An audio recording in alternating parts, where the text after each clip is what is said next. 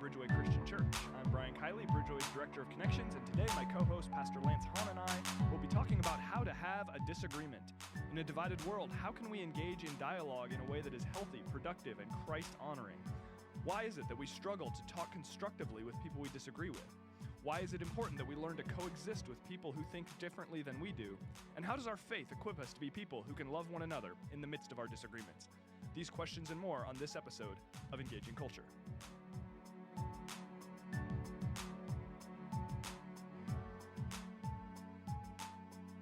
Welcome to the Engaging Culture podcast. My name, once again, is Brian Kiley. Glad to have you listening. I am joined by the one and only Pastor Lance Hahn. Lance, how are you? I am wonderful. Good to see you, Pastor Brian. It's nice to be here. All right. Yes, good to be here. So those of you listening, you're listening at a later date, most likely, but we are recording on Halloween. So, Lance, inquiring minds want to know, will you be dressed up for Halloween tonight?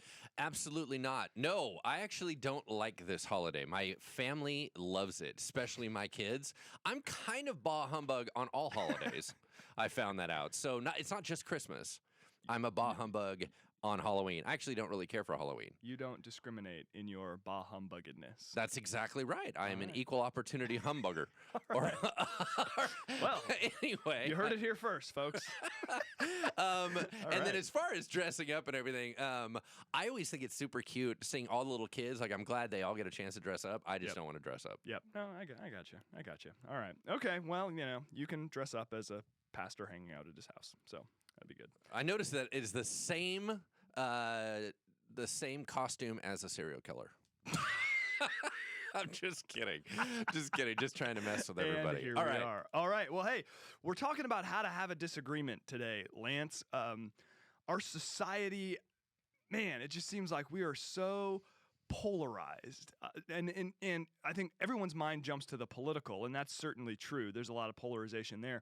But I think it goes beyond that. It seems like regardless of the issue, if there's an opportunity to disagree or to think differently or to even have a different point of view, you just think about how hostile debates can get, whether even if it's something like what kind of school should you send your kids to, or parenting philosophies. I guess I think about that because that's my world. We don't simply have our own points of view anymore. It seems like more of us are more militant about our points of view, and that our world is becoming more and more polarized. And it even seems like it's more polarized than it was maybe 5 or 10 years ago. Is the problem truly worse now than it was maybe in the recent past? And if so, what do you attribute that to? And if it's not, maybe why does it feel like it is? Yeah, I don't honestly think that hearts are any different. I think that if we're going to go back, let's say, in our minds and picture the Midwest back in the 1940s or the 1920s, there were super opinionated people. Here's where I think things are different. I think that everyone considers themselves a self-made expert. I think before it used to be those in authority were super demanding, and then other people would fall in line. I don't think they agreed. I think there was more respect for authority, but there was also more fear for authority. So I'm not saying it's healthier or less healthy. All I'm trying to say is I don't think the problem is worse. It's different. Right. And it feels worse because there's more arguments, because everyone is a self-appointed expert in this age of information overload. Yeah. That's my guess. What about you? No, I think that there's some truth to that you're right. A lot of the maybe the stuff that we all thought, we now just have avenues to express it. Technology, That's the right. internet, things like that make it possible for us to share our views more, to share our views in a broader setting, even if we're not people that maybe work in the media or things like that. What's a little bit odd to me is you would think that in a world where everybody can share their perspective, hopefully kind of the cream would rise to the top, so to speak, and that would lead us hopefully to more agreement, to better ideas, to a better way of understanding the world as we're able to, say, learn from one another. But that is clearly not what's happening. No, that is not what is happening. And what does that say about our hearts, do you think, that our access to different perspectives does not help us to grow into more mature thinking, but instead it just entrenches us more deeply into our own points of view too often. Yeah, I think that probably the answer to that question is the resistance is super strong in us. So the way that I think gets carried out today is through filtering, right? I think we're still able to filter. I don't think we are hearing all the different opinions and letting the best rise to the top. I think that we are actually sifting out people who agree with us, and we're camping there and allowing it to stew and stew and stew until we think the whole world should think like us because everyone we listen to agrees with us, right? But I think that what it says about our hearts is that we are still very self-focused. I think we're self-obsessed. I think we think we're the center of the universe. I think that's always been the case. And now we have a way to communicate it broadly, right? Whereas before, maybe my arrogance could be hidden. Now I would like everyone to know that I'm an idiot all at the same time. Our idiocy was only readily available to say our household and a few people that we would hang around. Our wives always knew it. That's right. Now everyone knows it. I know you're a moron, but now you're able to show that to the rest of the world. Yeah. With that, what else is there in our culture, do you feel, that is promoting unhealthy discussion about controversial issues? Okay, so you know how when you have a hammer, everything looks like a nail? All right, so I have this one issue that seems to inform everything I talk about. And so I'm just pointing out my bias right here, right now. Okay. Here's my bias. I think a huge amount of the unhealthy things that are going on in our society are due to busyness. Okay. And so, for example, I think that we're having more disagreements because messiness of relationship and listening takes too much time. I think we are driving so fast. We know what we know. We pick up information we want to pick it up. We are not willing to listen. We're not willing to walk through difficulty. Stereotyping is faster than actually processing, right? Yeah. And I think that we throw things into categories for efficiency and moving at the speed of light. So, in my opinion, that's one of the reasons why culture seems to be feeding this, is that if I'm going to listen to you in disagreement, at some point, I got to sit back and listen. Listening takes way too much time for people. And I don't think that there's any point. I think that it's, okay, you have 30 seconds, shout your opinion, I'll shout mine, and whoever shouts loudest wins. I think that's kind of how people want to do it. Right. As opposed to, you may have a point, I'm not going to get to that point until we maybe dialogue 3 separate times where I deeply listen, I process it, and then ultimately we're going to log about 4.5 hours of conversation, and then I'm fully going to understand where you're coming from. There's no way people are going to sign up for that. Whereas before, I think that society moved at a slow enough pace that there was an allowance for dialogue without a bunch of self-proclaimed experts firing really fast. Like, for example, if you go to a debate, right, where let's say you're going to go on a college campus and there's some type of debate, they have 2 experts. They're there to present their opinions as experts and then allow everyone to decide who won the argument. Yeah. They're not there to listen. Right. As a matter of fact, they travel around and debate, and they're always at odds. They have a vested interest in not saying, "Oh, well, you're right. You've convinced me. You're right. You win. You win." So let me throw the question back to you. So what do you think is going on in society that seems to be stirring the pot? That's so interesting. I hadn't really quite connected the dots with busyness, but it makes sense, right? We don't have and we don't spend the amount of time in real relationship to work through issues or to learn how to disagree. I think, although now that being said, I think my biggest thing that I see relates to busyness in a sense now that I think about it. And that is that I feel like in a less technological age, in an environment where we have less access to the opinions and preferences of people who we don't personally know, we tended to get to know one another on on a conversational level. We would talk, and that is how relationships are formed, whether that's in a social setting, whether that's even, you think about back in school, hey, we're all in the same class together and we might meet one another, or in college, we join an extracurricular activity or whatever the case may be. All the different ways we had of making friends. We have young kids, so we join a neighborhood co-op or play group, whatever the case may be. That was kind of the primary way that we'd get to know one another. And you don't go into those environments saying, hey, hi, Lance, nice to meet you. I'm Brian. Who'd you vote for president? Hey, how do you feel about this controversial issue? We didn't do that. Nope. We had conversations about our kids. We had conversations about our careers. We had conversations about all sorts of different things. You gently walk into it. Exactly. So that when you get to the place of maybe you have you get to a place where you start sharing opinions or you start discussing maybe cultural issues, there is a bedrock, a foundation of knowing one another's hearts, so you're more able to handle that. That's brilliant. In this day and age, which again, like I feel like we make it sound like technology is bad and it's not, or social media is bad and it's not. It's neither good nor bad. But what happens is we're able to hear each other's opinions, often expressed very dramatically, yes, without knowing each other's hearts. Yep. So we're much faster to just write. And there's no off. relational foundation to receive it. Exactly. There's no relational foundation. So all of a sudden it's interesting to me, even still in this day and age, I had this happen recently, where somebody who I knew personally, I found out their opinion on something and it was super disappointing to me. I was just like, oh man, really? Like that's what you think?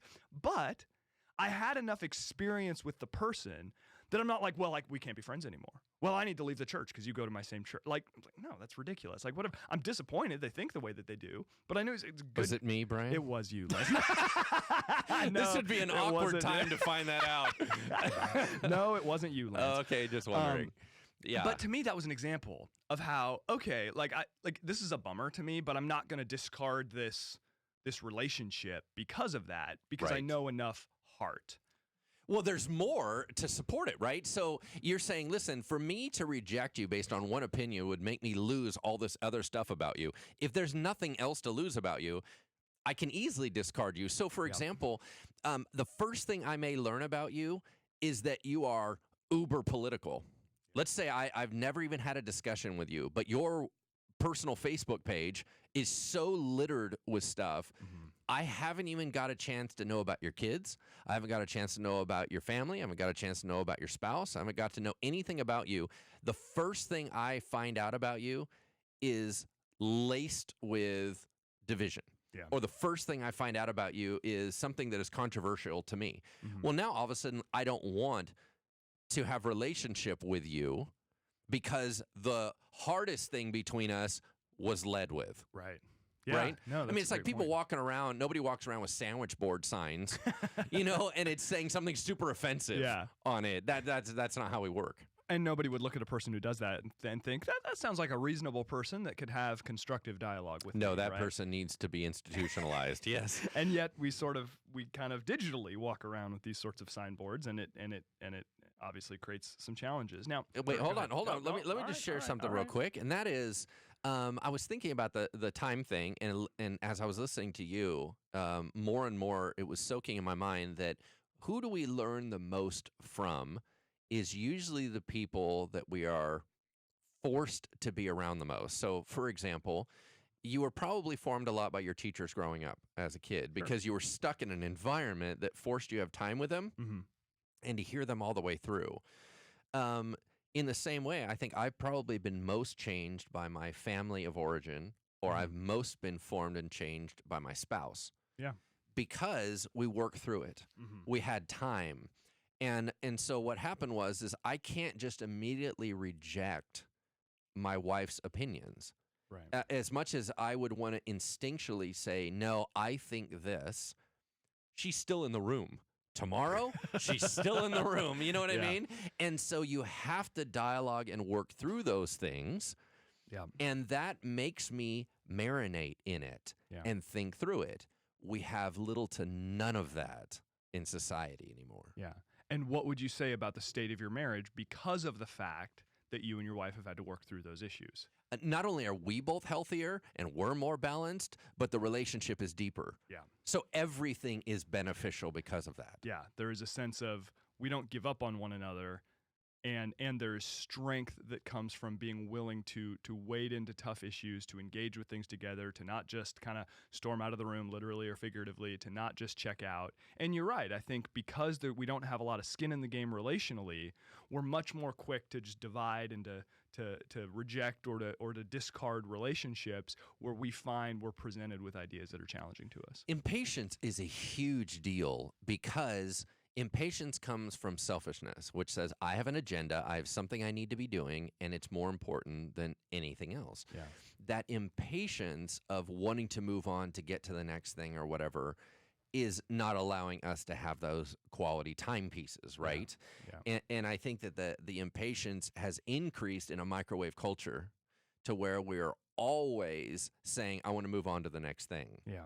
And it's just not how we're going to grow. Right. Because I think that human nature is to not want to do the difficult thing. And I think that disagreeing well is difficult. Mm-hmm. It's just necessary. Right. And so largely it's avoided. I think you're absolutely right about that. Now, you've kind of spoken to this a little bit, but I want to dig into it a little bit more. It seems that we as a society are quick not only to disagree, which disagreement is fine. That's part of people living together is disagreement. We're quick not only to disagree, but to divide over our disagreements. Why do you think that is? Self-preservation, right? So a lot of things are vying for our attention and demanding on us. I think that's another element of our society that adds to this. You're being bombarded by opinions, and you learn very quickly as a young child to sift commercials and advertisement. And what you do is you reject. You go, yes, yes, yes, no, no, no, yes, no, yes, yes, no, right? As you're watching TV. I don't need moon sand. Right, you understand what I'm saying? So if you have kids, you know what moon sand is. But you get all these, commercials, and so you're always taught to reject rapidly because another one's coming. And so you are dividing from those commercials. You're dividing from those influences because you don't want another set of steak knives. You have enough knives. And if you land on QVC and hang out there too long, you're going to buy a ring you don't need. So I think that we learn to divide, which means, and dividing is really shutting off and saying, I want you to go away. That's what dividing is. Right. We do it in every other arena of life. We are on the radio, and it comes from a land of options, right? So in a land of options, you're traveling down the road, and a song comes on that you don't like. What do? You change the channel. Yeah. Everything is about changing the channel, all the way down to DVRs where we skip over commercials. Yeah. When you are taught from the earliest memories to divide and shut down what you do not care for, why would we not assume that that's going to happen in relationships with human beings? Right. What do you think? That's a good point. I hadn't really thought about it in terms of commercial products, but that's definitely the case. And I think another challenge as well is that this has always been the case. I remember even recently reading a biography of Abraham Lincoln and hearing about kind of how different voices would describe the same event and how often it was very different depending on the perspective of the newspaper or whatever the case may be. But in our day especially, there are so many options in terms of media and in terms of different voices, so we can tailor our environments so that we're only always having our opinions reinforced. Yes. And what's so heartbreaking to me is you look at some of the top-rated personalities, whether it's cable opinutainment in the evening, kind of the commentators in the evening, or even the people that you can hear on the radio during the day. They advocate for a perspective, and people that are different aren't just wrong, they're bad. Yes. And to me, that is so unbelievably toxic for a Christ follower to expose themselves to that line of thinking. So if all I'm hearing on my commute every day is, boy, those liberals are all so bad, and gosh, liberalism is a brain disease, and oh man, conservatives hate all this and that people, and whatever it is, all we're hearing constantly is people that think this way aren't just wrong, they're bad. Yes, moral judgments. Right. All of a sudden, if I find out that somebody else thinks that way, again, I don't think they're wrong. I think they're bad, and I'm better than them. Yeah, that's massive. No. The other thing that I keep hearing, and it's just radiating in my own head, is the danger of these experts, right? Because quote unquote. So yeah, quote unquote. These experts, and here's why. And maybe I've related to this on a podcast. I have no idea what we've talked about, who what we knows? haven't talked about, but you probably forgot, listener. Anyway, so you're like, whatever, Lance. You always talk. But there was a book out called The Tipping Point. Yeah. By Malcolm Gladwell. Very, very important book in my mind because it talks about how do fads start and how do things go viral and all that stuff. And really what it's asking is saying, what causes things to go popular? And there's two elements. He said there's two real people that are involved in any fad. He said there's mavens and there's connectors. A maven is an expert. A connector is who knows people and disseminates information. So every fad starts with a connector hearing someone they deem to be an expert, believing they have the best product, and they tell everyone about it. That's how stuff goes viral because the experts aren't being listened to by everybody. They don't have the connection power. So they're out there talking, and he uses the example about how everyone has a friend that is an expert in electronics. It's not you, right? You know, like whoever you are, you're like, oh man, my laptop's messed up. And you think of who's the expert you would go to in your friend group. Yeah. They're the maven. If they said, hey, there's a new product out on the market, you all need to pay attention to it.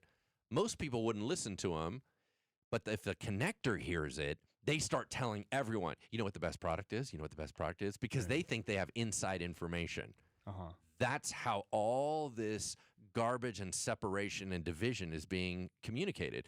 We have quote unquote experts being heard by loudmouths who tell everyone that I found the truth and it's in this person or this thought, and it is going like wildfire. Yeah. So the ability for someone to self-make themselves an expert. Self-make themselves. Anyway, that was totally redundant. Self-proclaimed experts, when in fact they may not be, or they may not be healthy, or they may not be wise, or they may not actually be educated. Yeah. For them to be captured as an expert and then basically reproduced or regurgitated amongst people with high influence, that's how people are getting popular. Yeah, and then stuff spreads, and too many of us, we've talked about this on previous episodes, too many of us, we don't fact check things that go along with what we already think. So we hear things that go along with our own biases, assumptions, or opinions, and we don't care if it's true or not. None of us would ever admit that, but it's true. We don't care if it's true or not, so we just embrace that which reinforces what we already think. And again, it's not even that necessarily the opinions are bad, but it reinforces this idea again that those who think differently are to be shunned. Those who think differently are to be mocked. I can't be in relationship with people who think differently on me than me, and that's really unfortunate. Now, as Christ followers, I mean, I've been kind of stewing on this the last couple of days. As Christ followers, I believe it is so important for us to learn how to disagree well. Now, I've definitely got some thoughts on this, but I want to hear from you first. Why, as Christians, should we care about learning to disagree well? Why does that matter? Ministry never stops. So what we have done is we have created false compartmentalization, right? Where we say, at work, I'm like this, at home, I'm like this, at church, I'm like this. Yeah. That is actually a false reality. Yeah. It's make-believe. It would be considered fantasy because the reality is that if Jesus is the Lord of your life, he's the Lord of your life. He's not a Lord of compartments. He's not the Lord who alters with you based upon your society or your group around you. Ministry never stops. You are always a representative of Jesus, whether you're on Facebook, whether you're in an argument, whether you are on a pulpit, whether or not you are in your cubicle. And so for a Christian, you do not get to just operate however you want to operate. That is not the lifestyle of a Christian. Remember that Christianity, being a Christian, was originally a derogatory term to say you are a mimic, you're a little Christ, you're trying to be just like him. Calling yourselves a Christian means that you walk like he walked, you act like he acts, you treat people like he treats people. You're never allowed to shut that off. Now, do we? Yes, we just need to call it what it is. It's wrong. Yeah. If we are in a disagreement with someone else and we treat them unlike Jesus would argue, we are out of line. Yeah. And unfortunately, what we're seeing, right, not only in our church, but in our society, Yeah. is that people are hitting a pause button, right? They're going, well, I'm not a Christian right now. I'm going to talk about my opinion, and I'm going to act however I want to act just because I'm angry. Yeah. And they shut Jesus off. You cannot do that. Yeah. What are your thoughts? Yeah. I mean, the world is watching, right? All the time. The world is watching. I see division. I see the bad behavior of Christians. I see the willingness of Christ followers to just throw away relationships and leave churches, leave friendships, whatever. And I was kind of in the back of my mind, I'm thinking, how do I explain this? Like, if I ever have to, how do I explain this to my non-Christian friends or family members? How do I explain that, yes, this person is a Christian, these people are Christians, and they just can't get along? Like that what are we showing a divided world if we say, well, actually, we're just like you, and actually in some ways we're worse because we take offense so easily and we divide so quickly. And that, to me, that just, it brings reproach upon the name of Jesus when we're so quick to divide and discard relationships, and it compromises our message. We have the greatest reason for unity that the world has ever seen. Yes. And the prayer that Jesus had was that we would be one.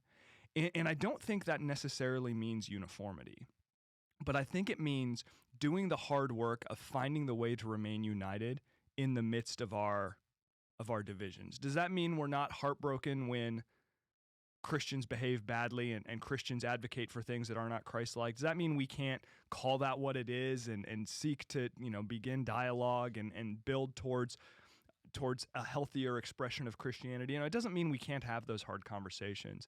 But again, when we're so quick to divide, to reject one another, oftentimes, and you and I see this as pastors, divide without even conversations. Yes. We just discard immediately. That's the heartbreaking part. The world mocks us for that, and they're right to do it because that's not who we're called. That's not who we're called to be. So I think as Christ followers, we just have to recognize the world is always watching. Like you said, Lance, ministry never stops, and because of that, we have an opportunity either to demonstrate the power of the Holy Spirit in us, in our ability to have conversations, to remain united, to not lose our head in the face of disagreement, or we can show the world, actually, we're just like you. We divide, we get offended, we get into our camps just as much as everybody else. And it's really powerful when we make the right choice there, and it's really, really sad when we don't. Man, it's so true. When we talk about the church, and of course that's our lives, right? I mean, we're so heavily involved in church. When someone leaves a church without dialogue, I think what blows our minds is that we view the church as a body. It's like a body part just says, I'm out. Yeah. And you go, whoa, you're so woven. And the problem is, in their mind, they're not. They're not woven in at all. They simply are on the periphery, and they're looking in and saying, I like, and I'm going to take what I want, and I'm going to reject what I don't, and so I can easily walk out of here. Yeah. We view it as family. Yeah. If you don't view church as family, it's easy to walk away, Mm-hmm. and you can do it over a disagreement. But once again, it goes back through. When you have a real family, you're forced to be together even in disagreement. Right. You're forced to be together through difficult times. The other thing that I have found that is, and I think this has probably been the case since the beginning of the church, but very few people go to church to really learn and be challenged. I think we go to church to be reinforced in what we already think. And if the church doesn't think like us, we go to a church that does. Mm-hmm. The problem with that is there's no growth. Yeah. There's no movement. Right. You should be consistently challenged at church because they should be bringing up things that you went, you know what? I have not lived that way. Right. I do not see that. But wow, are you telling me that's what Jesus said? Right. You know what I mean? Whereas, and once you're at a place where you go, I already know everything Jesus said, we have a problem because, first of all, you've stopped learning. Yeah. Second of all, you should be leading, teaching, guiding other people, and you're still looking to gather more information. Yeah. And you go, whoa, all this is so messed up. Yeah. But I just think that, and something for you and I that I think is very, very passionate in our hearts, is that the church has to live in wisdom, and wisdom demands certain things. And I think wisdom demands how to walk through disagreement well. So here's a question for you. This is a little bit of a tangent, but I'm curious to get your thoughts on it. I love what you said about we need to come to church not simply looking to be reinforced, but we need to be open to being challenged. We need to, these aren't your words, but I'm more or less paraphrasing. We need to be able to have open hearts to correction, essentially. Absolutely. To say, man, I'm walking in here with a particular way of thinking, and I'm being shown from the scriptures something else. So I need to maybe be willing to make an adjustment instead of just writing this off and going and finding some random thing on Facebook to reinforce what I think. Right. Now, in a sense, that's easy for you and I to say because we're the ones who get the microphones on our face and we get to do the challenging, right? So and folks who are listening might lead in different environments. How do we model that as leaders? An openness to being willing to be challenged and not just have our own agenda reinforced again and again, and not just be people who are only reinforcing our own agendas. How do we model that? Yeah. So I think that one of the problems with what's going on in church today is that people do not see church as an authority. So I think that we've done a big backlash. So like some of us maybe came from a Catholic background where high church is much more, I'm going to say it, you're going to do it, we're not going to disagree. Yeah. Right? Like, or we're not going to debate it for sure. If you disagree, that's your problem. You need to suck it up because this is how we've done it for 2,000 years. Yeah. The problem is we swung the pendulum to the other side, which is everyone's opinion in church is equal. I don't think that that's correct. I think that God empowers and calls leadership to lead. If that's the case, they have to have some authority to do so and take the church somewhere. Because if it's all just simply a democracy and there's no leadership, that's not going to be helpful to the kingdom of God. And so taking the posture of someone's a leader in my life, someone's an authority in my life, and I need to consistently have the posture of learning, right? So how can we role model it? Well, in our own lives, are we allowing someone to disagree with us? Are we, like, for example, when I prepare messages, I use relatively 8 or 9 commentaries, and I get them to disagree. Yeah. And when they disagree, it's in the disagreement, I have to critically think through, what do I think? Yeah. Because I have 2 brilliant people saying opposite things. So I'm trying to role model as a Christian leader. You guys, I'm constantly walking in tension. I'm always inviting voices to disagree so that I can critically think through. Yeah. Right? I think the other thing is that for you and I, it's very tempting that we're always the authority. We never submit to an authority. Do you place yourself into areas of authority? I've had all kinds of challenges with people that I've deemed an authority in my life. And I listen to podcasts. I listen to teachers who don't reinforce my opinions. I let them challenge me. I invite that challenge. What about you? Yeah, how do you do it? How do you role model it? That's great. No, I think what you said is absolutely right. It's exposing ourselves to different points of view. It's being honest publicly, and I think you do a great job of this. I tried to kind of model this even in teaching this last weekend of times where you come up against multiple perspectives on an issue, and you're able to just present both and say, hey, we're not really sure what's exactly right here. I mean, you've done that in weekend services all the time, and I think that shows an openness to different sorts of ideas. And I think you're right. I think on the one hand, there has to be confident leadership. Yep. And then that leadership in turn has to be motivated by love for God and love for people. And then you're right, that there need to be places where we're constantly learning and being challenged and just aware of our own biases and even potential blind spots, and that we're kind of pressing on those enough. And then we have the humility to do that, to know that, hey, there are gaps in my knowledge. And I feel like if there's one benefit of being people who study theology and lead pastorally as a living, I mean, my goodness, is there a field that more reinforces the idea, the more you know, the more you realize you don't know? Right? Oh, man. There's a humility that comes from just realizing, if you're paying attention. Yeah, if you're paying attention, there's so much out there. So anyway, all right, so we've talked a lot about disagreement and the challenges of disagreement and why is there disagreement. I want to spend most of the remainder of our episode talking about just what are some principles that we can take into disagreements to help us disagree and debate well. We don't just want to sit here and lament, gosh, we don't do this well as a society, though I think it is important to present that case as we have. We want to get very practical about how can we as Christ followers be people who engage debate, engage controversial issues, advocate for our own perspectives in a way that is healthy and Christ honoring. So why don't you start us off, Lance? What's maybe a principle that we can take into conversations that can be helpful? Okay, so this one is I need to put in a little bit of vulnerability in this and explain it a little bit, but here's the premise. It's not personal. Okay, you're going to, yeah, it is. Well, hold on. What we are looking for is truth. Truth is not personal.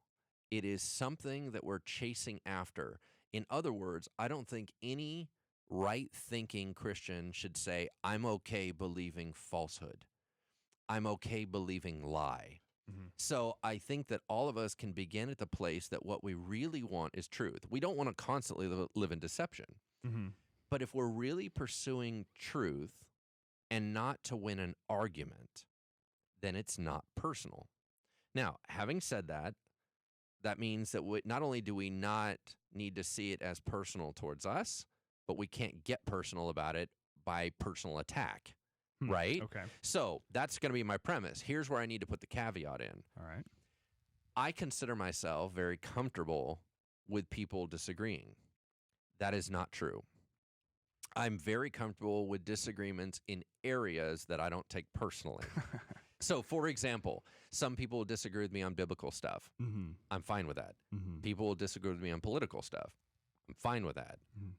But if I'm in a conversation where I feel like someone's going to get hurt and harmed, I don't budge. I actually dig in my heels and become very obstinate. I'm actually not okay with disagreement on that. Because in my mind, I've suddenly made it personal. I've made it something that's a non-negotiable, and I do not move. I become a very fierce opponent. Mm-hmm. And I've had that happen a lot, and sometimes it was healthy. Mm-hmm. Sometimes it really was not. So I'm not trying to say that I'm always comfortable with disagreement. No. In most areas that other people get passionate about, that's not my passion. Right. I'm completely cool with somebody going, you know what, Pastor, you view that it's a literal 6-day creation. I don't. I don't think that fits the facts. I think that God created in stages or what have you. Mm-hmm. Or when the Lord's coming back, or even if they say, you know what, I'm really wrestling right now with the concept of the Trinity being fully taught, and even core issues. Sure. If someone views it different, women in ministry, if any other controversial stuff, LGBTQ stuff, issues that are close to my heart. Yeah. I live in a world where you can disagree with me and I can love you. You're able to care a lot about it without the fact that there's disagreement being a relationship deal breaker. Absolutely.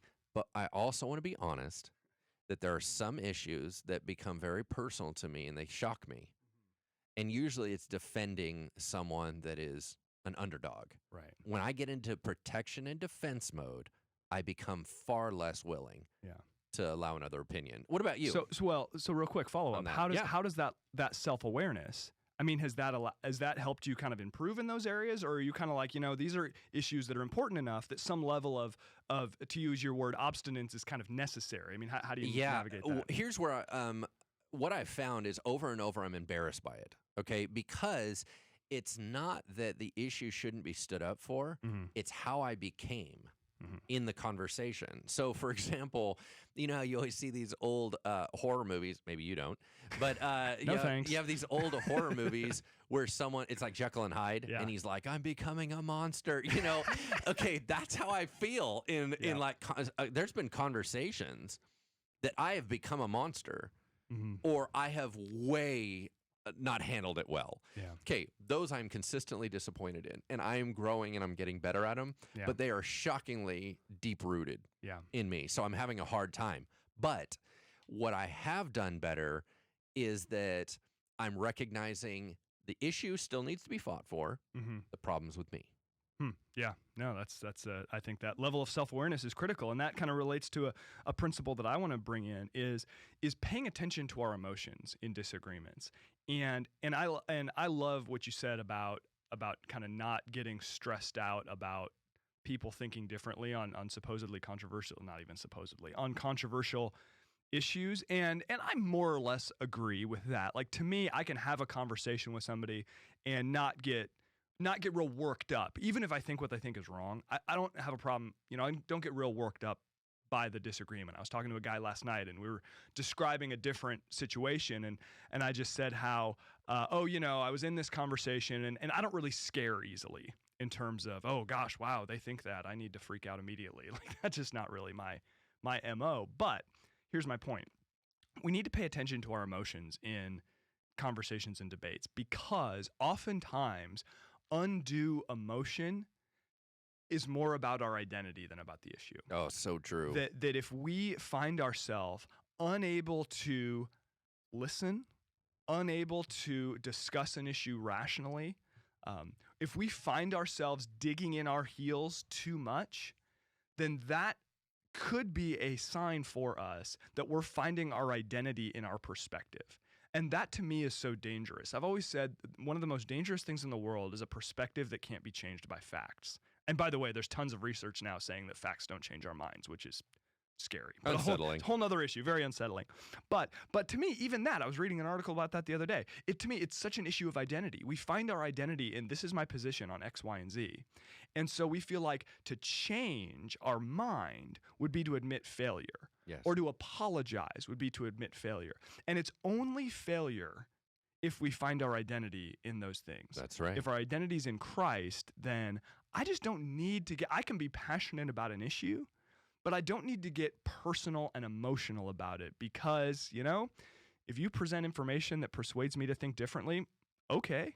And there's even some gift in that if I've been wrong, like, okay, now I don't have to be wrong anymore because I've been persuaded. So I think it's just critical that we pay attention to our emotions and pay attention to what that's saying about our identity. So how about you? Yeah, well, okay, so a couple things on that. First, let me push back a little bit, that I think because of how you order your life, you're able to do that, whereas other people, like, you're very factual, you're very logical, and it's easier for you.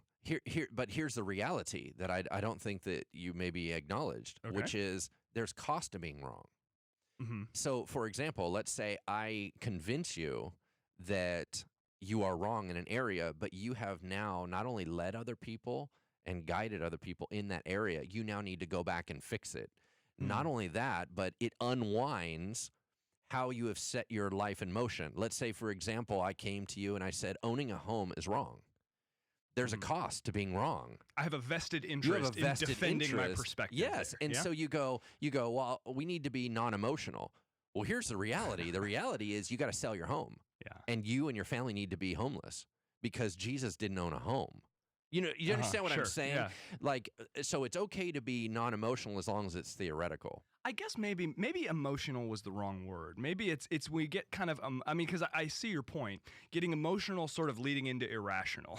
There you go. So maybe that's irrationality. Why is it working you up so much over to the other side that you're irrational? I agree with you. Yeah. And so one of my principles goes right alongside. We didn't actually talk about our principles before we got on the air. We're surprising each other here. This is fun. But so one of my principles is don't panic. There's time to fix it. So what I tend to do when I do get emotional into issues that touch my heart is I immediately panic that things are getting out of control. If I don't steer this conversation right, bad things are going to happen. Yeah. As opposed to saying we're in a dialogue and the dialogue is not over yet. Mm-hmm. Don't panic. Not only that, even after it's completed, does not mean we can't dialogue again. Right. I slip into this, now's the time, this is the only time we can talk about this. And a lot of my panic comes from that. There's no time to fix the situation.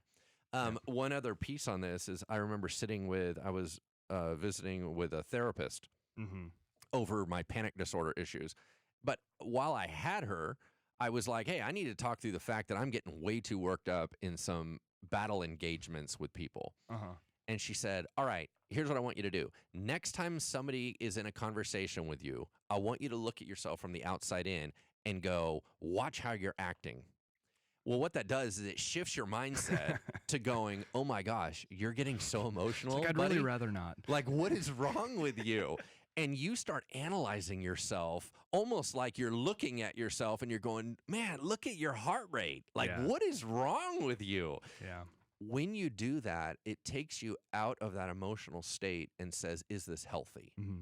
Am I simply reacting, or am I making good, healthy decisions? Anyway, those are a couple thoughts. Great point. Don't panic. And so I want to make sure I'm understanding you correctly, because if I am, that kind of leads into another one of my principles. So don't panic in terms of don't feel like you need to solve disagreement right now, immediately, right now. Yes. Yeah. Or if you do not win this argument, the world is going to hell. Right. You understand what I mean? Yeah. Like, stop with the drama. Sure. Yeah. No, I agree. And that to me very much relates to my next principle, which is don't fixate on areas of disagreement.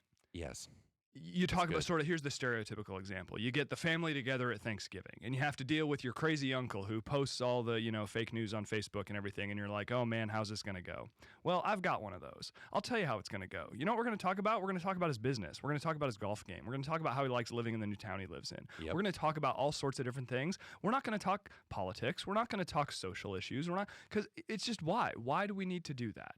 We can talk about, even I think about people that I interact with on a more regular basis, where I'm like, man, we sure do think differently on a lot of issues. And you know what? We don't talk about that stuff. We talk about things where we do agree. We talk about friendship type stuff. Even between you and I, we could sit here and have a pretty rousing debate about several different issues. And hey, we've had long car rides where maybe we do that, and there's enough foundation of friendship that neither one of us is getting too worked up over it, and it's fun. But at the same time, I mean, we talk dozens of times per week. Yes. Like, how often are we like, hey, Lance, we really need to talk about this issue what we disagree on, where we think differently? No, we just don't. And it's not. And I want to be clear, because some people are like, well, is that sweeping issues under the rug? And I would just say, no, it's not. It's just not letting a relationship be defined by issues that don't need to define your relationship, and division. Yeah. So whether it's I'm seeing people at church on the weekend, or I see people out in the community, or friends or family members, I am always keeping a list, or, kind of a mental list in my head if I'm getting ready to engage with somebody of, hey, what are different things that we can talk about to enjoy one another?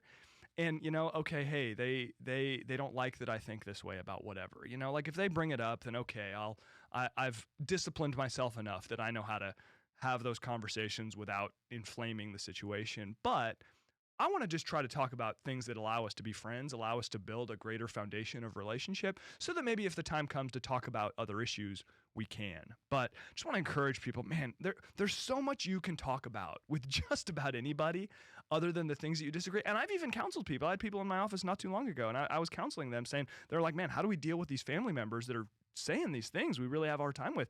I think you have one hard conversation saying, hey, listen, we love you. We want there to be a relationship. For that to happen, we need to not talk about these issues. We need to talk about really anything else.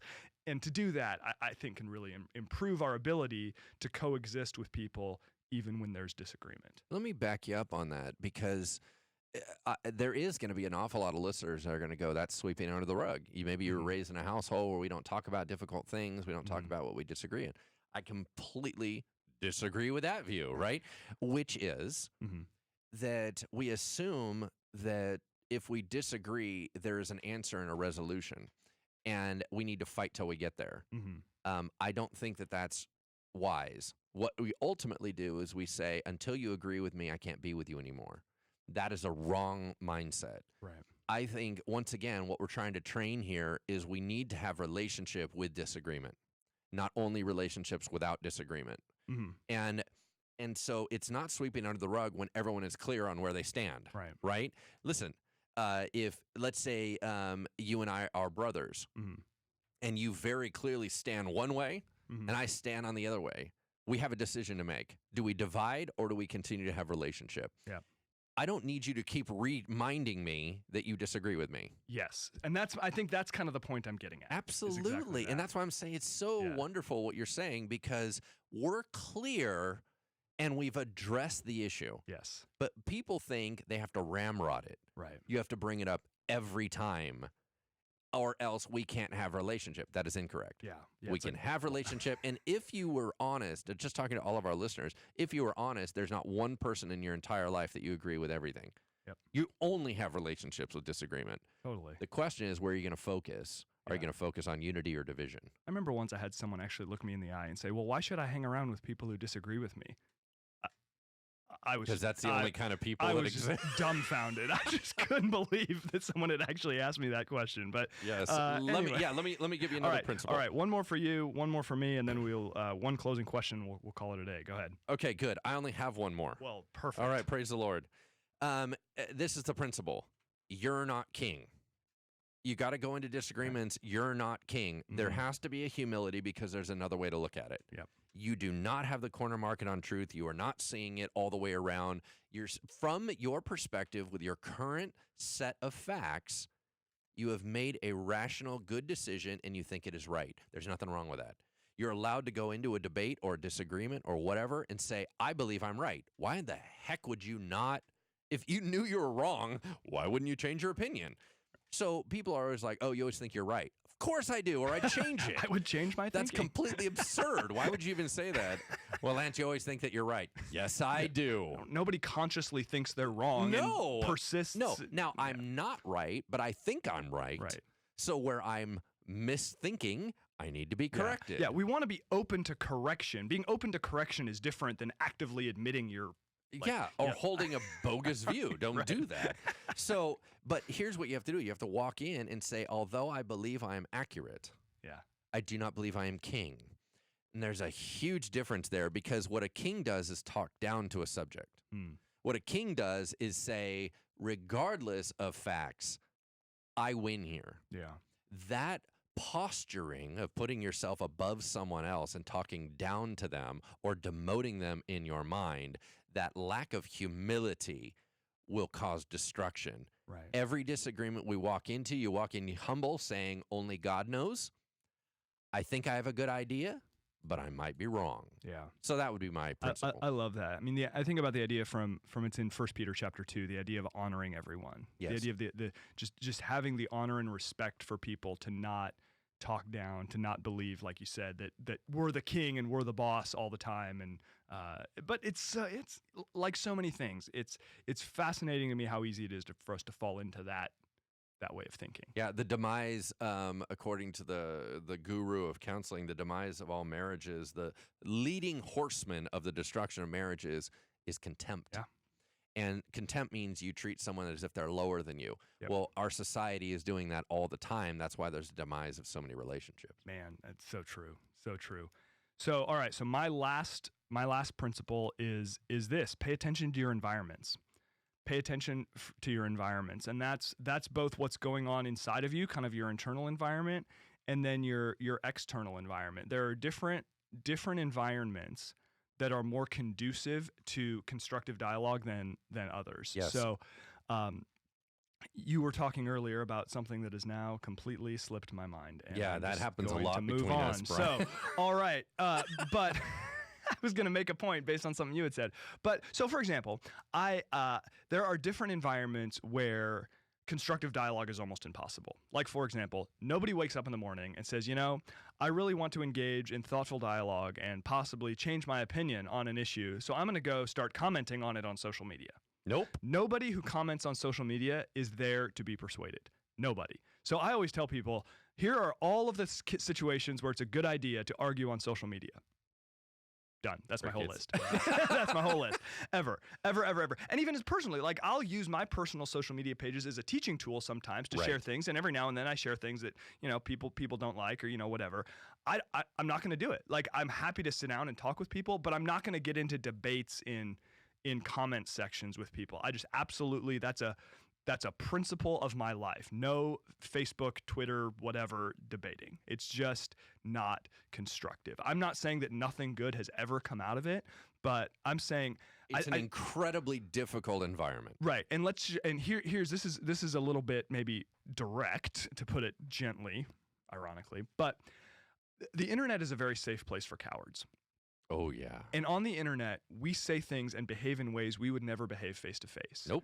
So somebody that doesn't have the courage to sit and have a conversation will easily get on the internet and flame somebody. Yep. And we go that direction because it's easy. Yes. So don't do that. And then similarly, even in your personal relationships, there are times that it's just not appropriate to bring up controversial issues. There are times when it's just not appropriate to bring up something that you're hurt by that you need to talk about. Like I use the stereotype of the family dinner. If you've got a hurt with your sister or brother and you're at a family dinner with 20 people, like that's probably not the right time to bring it up.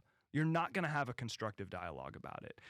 If you're all the stuff about, you think about if you're hungry, you're tired, you're lonely, all that other stuff. If emotionally, how are you doing? Are you in a place where you can discuss an issue constructively? That's internal environment. Are you rushed? Are you frazzled? Is the person you're talking to having a tough time? I mean, anybody who's married knows that they have to gauge conversations with their spouse based on how their spouse is doing, right? So pay attention to where you're having conversations.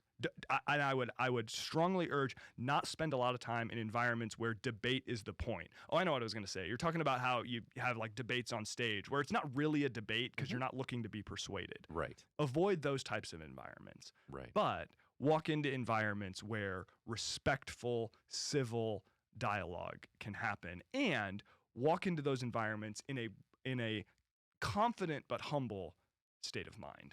No, I think that's brilliant. Realizing that environments have limitations and boundaries.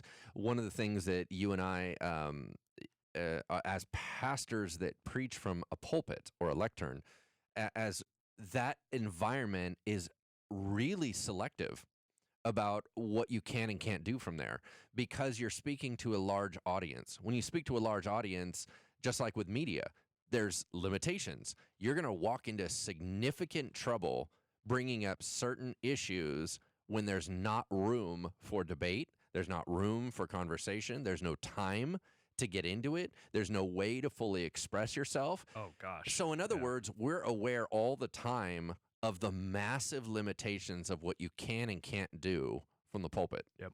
Well, people like to pretend that those limitations don't exist on them.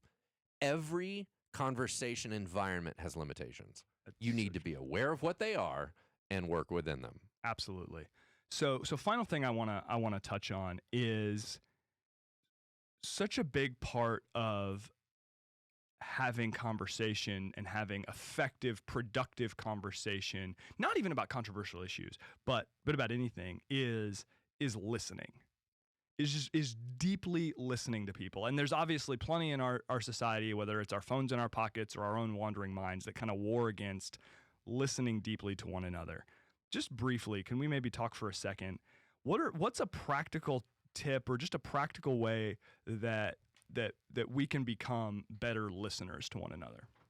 I'm sorry, can you repeat the question? I wasn't listening. Ha ha. Okay, that was a terrible joke. Here we go. 2 principles, at least in my mind. Number 1, don't prep your answer first. While someone else is talking, You just stole mine. don't I'm prep going to interrupt your you. answer. I'm going to stop listening.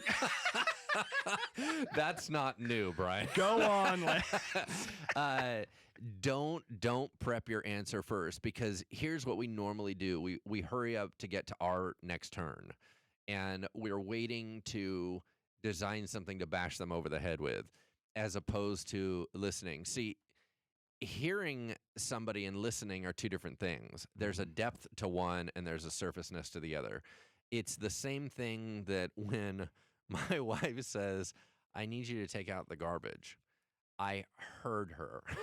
You know what I'm saying? Like, the words made it in. The words made it in, only because I can't close my ears on purpose, right? You can close your eyes, but you can't close your ears. So I heard that. And then there's a time when she's got, did you hear what I said? And what she was saying was, are you present? I don't think that we're present in most of our debates. I think that we're saying, okay, you swing, I'll defend, then I swing and you defend, like a fight. Right. And that is actually not listening. Listening means that you're internalizing and you're processing what they're saying. Yeah. And if we really value relationships over being right, which is a principle I didn't get to from earlier, then we'll be more inclined to do that. But you know, all joking aside, that really was what I was going to say, which is, yeah, exactly what you said. In conversation, have the humility and the love as Yes. I walked through this in my early years of marriage. Not that we fought a lot, but we did fight. Yeah.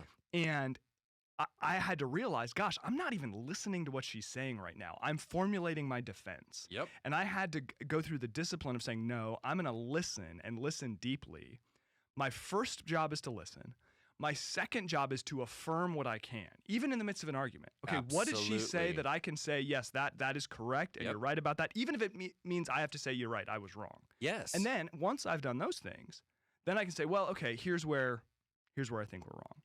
But all right, here's where I think you're wrong. But if I'm being honest, but the point is really kind of turning off that voice in our minds that just goes into defense mode right away. Yep. So that we can listen deeply to one another. Yeah, loading our cannons. Well, and the thing is, revisiting it full circle, love kept you at the table. Yep. If you storm off a table, there's a lack of love because you're valuing winning more than relationship. So I'll finish that last one since I stole yours. The second one is, in any disagreement, seek truth. Yeah. Seek truth. And if truth means you're wrong, you're wrong. Yeah. Seek truth, and it shifts it away from that irrationality. And it says, wait, do you have information that I need? Mm-hmm. Now, I may sift through and go, your first 9 points, totally bogus. Sorry, I don't think those are accurate. But if you still have a point, why am I not internalizing that? If it's true, it's true. Right. Absolutely. Well said, Lance. Thanks for the discussion today. Really, really interesting stuff. Want to encourage you, our listeners. Hopefully this conversation was helpful for you, but more than that, we hope it gives you something that you can go out and apply. So take some time, have a cup of coffee with someone, invite them to have a conversation, listen deeply, listen out of love, value relationships, and as Christ followers, we have an extraordinary opportunity to show the world our unity with our ability to get along with and love those we disagree with without just breaking fellowship immediately. So let's go out there and do that. If we do that, we'll be able to show the world the touch of God's love. So thanks so much for joining us on Engaging Culture. We'll see you next week, first week in November, for episode 12. Bye-bye. Thank you for listening to Engaging Culture, a podcast by Bridgeway Christian Church. If you enjoyed this show, please consider subscribing and leaving a review on iTunes. Thank you so much for listening. Music is used under the Creative Commons license and is provided by Dexter Britton.